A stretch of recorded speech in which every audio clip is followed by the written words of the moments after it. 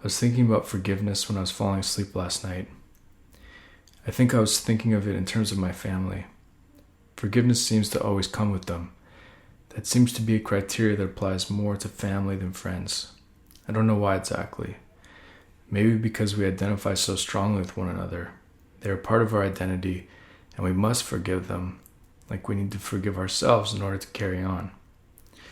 There are some friends, though, that it seems like they are also a part of who you are. I found out my old friend Wilford died. He was one of the funniest people I'd ever met. I don't know how he died. I can't seem to find it online. He died on December 2nd. He was truly a great artist, easily one of the best artists I've known. After I found out he died yesterday, I made a folder on my computer and collected all of his art that I could find online. I know there was so much more, but I don't have a way of seeing it. There's a certain side of him. You can see who he was in his drawings.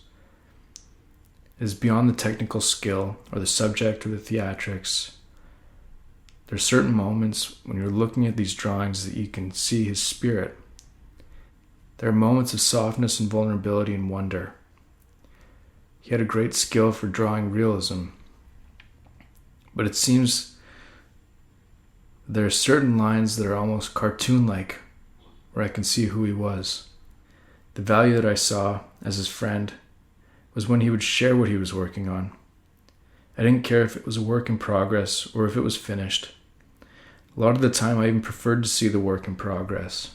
I don't think that the genre mattered, whether he drew from his imagination or from life, whether he drew profound obscenity or something that was harmlessly mundane, whether his works were completed or not.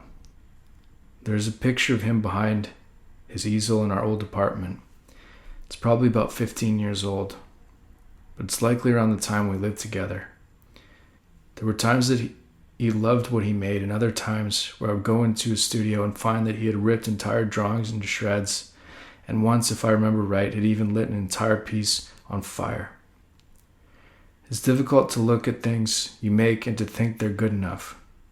I would say that even the scraps I was able to find on the internet of his drawings, I'm grateful to be able to see them, to see who he was, to remember the good. And for that reason, I will say his memory is a blessing.